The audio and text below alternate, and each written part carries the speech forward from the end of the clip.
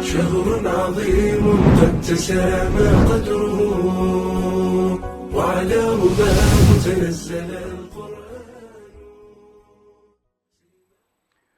الحمد لله رب العالمين، والصلاة والسلام على رسول الله الأمين الذي أسرى الله به من المسجد الحرام إلى المسجد الأقصى، وكان في ذلك آية عظيمة من آيات الله تبارك وتعالى، فمن خلالها عرج به إلى السماوات، ومن خلالها وقف النبي صلى الله عليه وسلم إماما للأئمة والأنبياء، وقد اصطفوا جميعا خلف رسول الله صلى الله عليه وسلم في بيت المقدس. وهنا تأتي إن شاء الله حلقة اليوم في هذه الروحانية التي نحاول إن شاء الله أن نضفيها على هذا الشهر المبارك في روحانيات رمضانية. نقول رمضان وفلسطين، رمضان والمسجد الأقصى، رمضان وبيت المقدس. هذا السؤال يجب أن يكون حاضرا، بما أننا تكلمنا عن الجهاد في سبيل الله، وتكلمنا عن أهمية أن يهيئ الإنسان نفسه لهذا الجهاد، وأنه يهيئ نفسه للملاحم ويهيئ نفسه للفتوحات.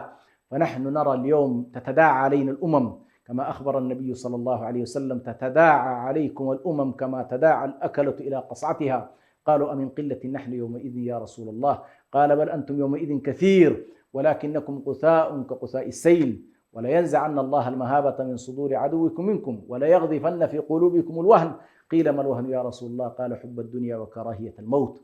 إن قضية فلسطين وقضية الأقصى وقضية بيت المقدس وأحوال إخواننا على هذه الأرض المباركة، أرض الشام، بيت المقدس وأكناف بيت المقدس، وإخواننا على وجه التحديد في قطاع غزة، هذا الشهر المبارك يجب أن نجعله كذلك شهر عيش مع هذه القضية، ومع مجاهديها ومع شعبها ومع نضالات هذا الشعب، ونستحضر معنا أننا نحن حديث عهد الآن بحرب كانت ربما من أشرس حروب هذا العصر، دمر فيها القطاع تدميرا كاملا، دمر فيها الشجر والحجر والبشر، ورأينا أسوأ ما يمكن أن تصنعه البشرية ببعضها، أن يصنعه الإنسان بالإنسان.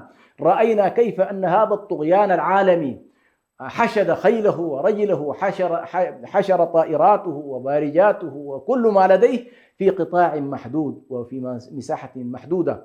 فلنجعل هذا الشهر أيها الإخوة والأخوات شهر أيضا نعيش فيه المعاني السامية مع أهل فلسطين، نعيش هذه المعاني، كيف أن هذا الشعب يخوض معركة مصيرية مع أعداء الله تبارك وتعالى، كيف أنه يخوض معركة ليس ضد الكيان الصهيوني فقط، ولكن ضد الحملة التي ربما تقف من ورائه من دول الطغيان والاستكبار العالمي. كل ذلك يجب أن يجعلنا في هذا الشهر المبارك نلتفت إلى إخواننا على أرض فلسطين، نلتفت إليهم بالدعاء، فندعو الله تبارك وتعالى أن ينصرهم وأن يعينهم وأن يسددهم وأن يرفع رايتهم وأن يجمع كلمتهم ويحقق لهم النصر والتمكين. نذكرهم بالدعاء.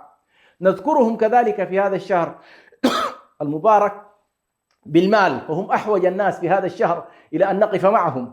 ولو خيرت بين أن أعتمر في هذا الشهر، شهر رمضان، عمرة ربما عمرة من العمر التي لها علاقة بالنوافل، وحتى الحج الذي هو حج النافلة، وبين أن تقدم هذا المال لإخوانك على أرض فلسطين، فستجد معظم الفتاوى وأقوال أهل العلم تصب في صالح أن تدفع ما لديك من أموال لإخوانك على أرض الرباط، هذه الأرض المباركة التي وصفها النبي صلى الله عليه وسلم بأنها أرض الطائفة المنصورة التي لا يضرها من خذلها ولا من خالفها حتى يأتي أمر الله وهم كذلك. فلا بد أن نذكر إخواننا دعاء، ونذكرهم كذلك مالا، ونذكرهم كذلك من خلال وسائل الإعلام وعرض قضيتهم، ونذكرهم كذلك من خلال الضغط على الحكومات في أنه لا بد هذه القضية أن تجد النصر والعون والمدد من الشعوب ومن الحكومات، حتى نستطيع بإذن الله سبحانه وتعالى أن نؤدي أقل الواجب.